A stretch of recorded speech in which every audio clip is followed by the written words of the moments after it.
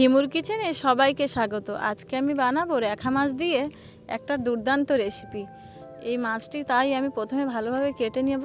মাছটা কিন্তু আমি কেটে নিয়ে ধুয়ে চলে এসেছি। তো এবার মাছে মেখে নেব নুন আর হলুদ।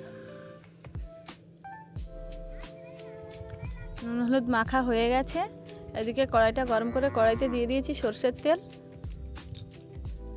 তেল দিয়ে মাছগুলো ভালোভাবে ভেজে নেব। মাছটা ভাজতে ভাজতে কেটে নেব শঙ্কর সারু। এই সারুটা দিয়ে ঝাল ঝাল করে একটা দারুণ রেসিপি বানাবো।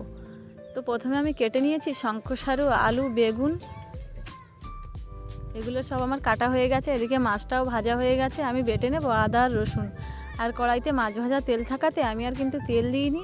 এই তেলে দিয়ে দিলাম পেঁয়াজ কুচি।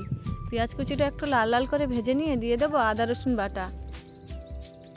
আদা রসুনটা একটু ভেজে নিয়ে দিয়ে দেবো লঙ্কার গুঁড়ো। লঙ্কার গুঁড়োটা দেওয়ার পরে যেহেতু লঙ্কাটা পুড়ে যাবে তার জন্য আমি দিয়ে দেবো একটুখানি জল। জল দিয়ে লঙ্কাটা ভালোভাবে নেড়ে চেড়ে নিয়েছি। মশলাটা কিন্তু আমার পুরো রেডি হয়ে গেছে। এবার দিয়ে দেব 3টি তেজপাতা।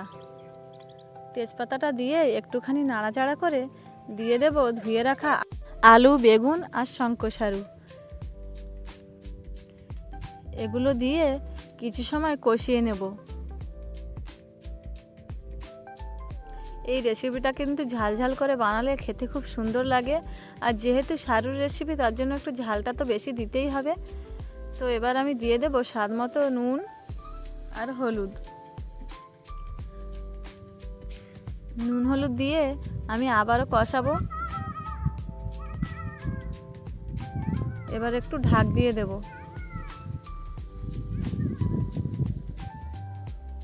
2 মিনিট পরে ঢাকটা খুলেছি। ঢাকটা খুলে ভালোভাবে আর একটু কষিয়ে নেব। এখনো কিন্তু আলু কচুটা সেদ্ধ হয়নি, তাই আমি আবারও একটু ঢাক দিয়ে দেব।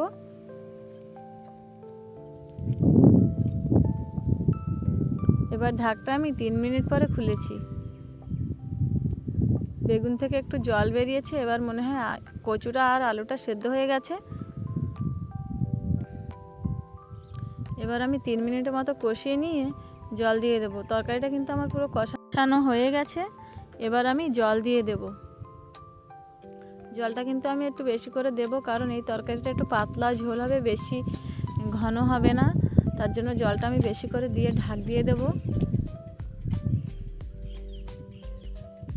তরকারিটা ফুটে উঠলে ঢাকটা খুলব। তরকারিটা ফুটে উঠেছে। এবার ভেজে রাখা মাছগুলো দিয়ে দেব। মাছগুলো দিয়ে একটুখানি ঘুটে দেব। এবার আমি আবারও ঢাক দিয়ে দেব। এবার কিন্তু তরকারিটা প্রায় আমার হয়ে গেছে। এবার দিয়ে দেব জিরে বাটা। জিরে বাটাটা দিয়ে একটুখানি পর আমি নাড়বো, কারণ জিরে বাটাটা দেওয়ার পরে সাথে সাথেই আমি যদি খুন্তি দিয়ে নাড়ি তাহলে জিরাটা একটা গন্ধ করবে। তার জন্য আমি জিরা বাটাটা দিয়ে 1 মিনিট পরে তরকারিটা নাড়বো।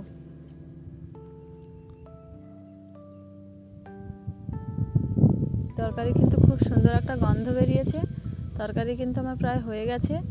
এবার দিয়ে দেব একটা ফিশ মশলা।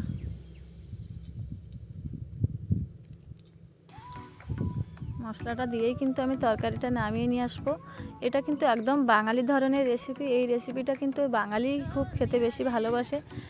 তো শঙ্কর সারু দিয়ে এরকম একটা রেসিপি অবশ্যই আপনারা বাড়িতে বানিয়ে খেয়ে দেখবেন। আলু বেগুন দিয়ে শঙ্কর সারু দিয়ে রেখা মাছের ঝোল। তো আজকের ভিডিও কিন্তু এই পর্যন্ত। দেখা হবে নেক্সট ভিডিওতে। ততক্ষণ সবাই খুব ভালো থাকবেন আর আমার চ্যানেলকে লাইক, কমেন্ট, সাবস্ক্রাইব করবেন। ধন্যবাদ।